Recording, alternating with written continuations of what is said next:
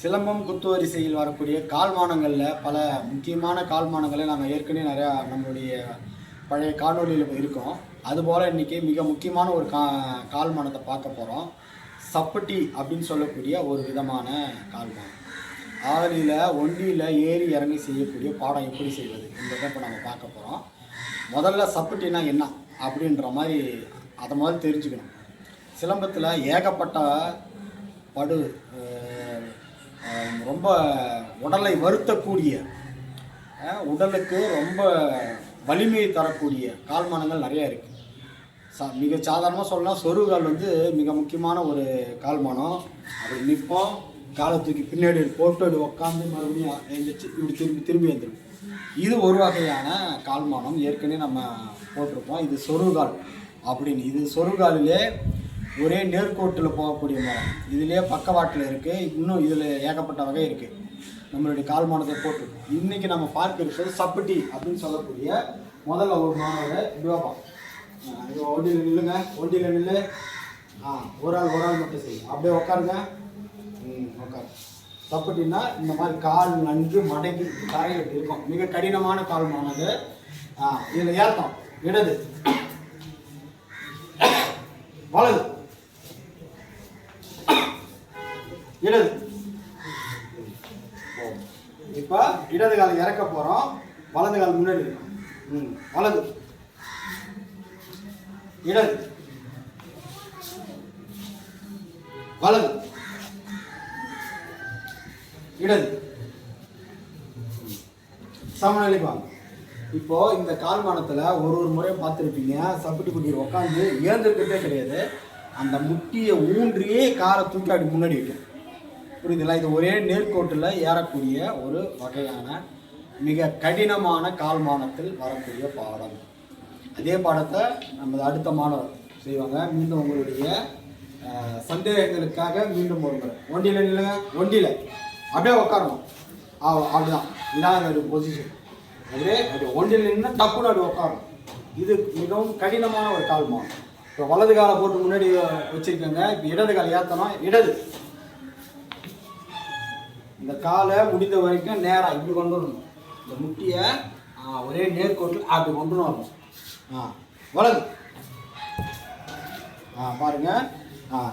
இந்த இந்த முட்டியும் அதுவும் ஒரே நேர்கோட்டில் வர மாதிரி பயிற்சி பண்ணிங்கன்னா இன்னும் சிறப்பு. இடது, வலது. இப்போ இதில் முன்னாடி வந்ததை பார்த்தோம், ஏற்றத்தை பார்த்தோம்.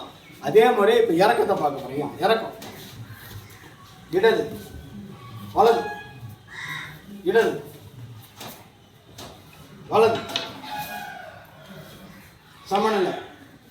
அப்படின்னு இது செய்யும்போது நம்மளுடைய கையை ஊன்றாமல் கால்களை மட்டுமே பயன்படுத்தி நம்ம செய்தோம்னா மிகவும் சிறப்பான ஒரு பாடமாக இது இருக்கும். இது நம்மளுடைய இடுப்பு பகுதியில் இருக்கக்கூடிய எலும்புகளுக்கு நன்கு உடற்பயிற்சி, நன்கு அசைவு கொடுக்கக்கூடிய ஒரு பாடம். இது மிக கடினமான பாடம் தான். இது போன்ற சிலம்பத்தில் ஏகப்பட்ட வகையான கடினமான பாடங்கள் இருக்குது. அதை எல்லாத்தையும் இந்த யூடியூப் மூலியமாக உலகத்தில் உள்ள அனைத்து தமிழ் சொந்தங்களுக்கும் நாங்கள் கொடுக்க தயாராக இருக்கிறோம். இப்பொழுது அடுத்தபடியாக அதே பாடத்தில் சப்பட்டி முறையில் சிலம்பத்தை வைத்துக்கொண்டு அறுப்பு முறைகளை எப்படி செய்வது என்று பார்க்க போகிறோம். முதலாவதாக ஒண்டியில் நில்லுங்க. ஒண்டியில் நில்லுங்க. அப்படியே சப்பட்டி போட்டு உட்கார சப்பட்டி போட்டு உட்கார. இப்போது தலை அறுப்பு எப்படி செய்வது? வலது பக்கம் 1 2 3 நிறுத்தாது. 8. இடது பக்கம் சுத்து. 1 2 3 8. 1 2 3. இன்னொரு ஏக்கம். 1 2 3. இப்போ அப்படியே நம்ம இறக்கம் செய்வோம். இறக்கம். வலது 1 2 3. இடது 1 2 3. சமநிலை. அப்படியே எழுந்திரிச்சு சமநிலைக்கு வந்து இந்த சுத்துக்களை செய்யும்போது நம்மளுக்கு தொலைப்பகுதி மிக அதிகமாக அழுத்தம் கொடுப்பதனால வலி ஏற்படும். அதனால் நீங்கள் நிதானம் ஒரு பயிற்சிக்கும் ஓய்வு எடுத்து செய்யுங்க. அந்த பாடத்தை மறுபடியும் நம்மளுடைய மாணவர் செய்கிறாங்க. உங்களுடைய சந்தேகங்களுக்கு தீர்வு பல வகையான சுத்துக்கள். சபட்டியில் உட்காருங்க அவ்வளோதான்.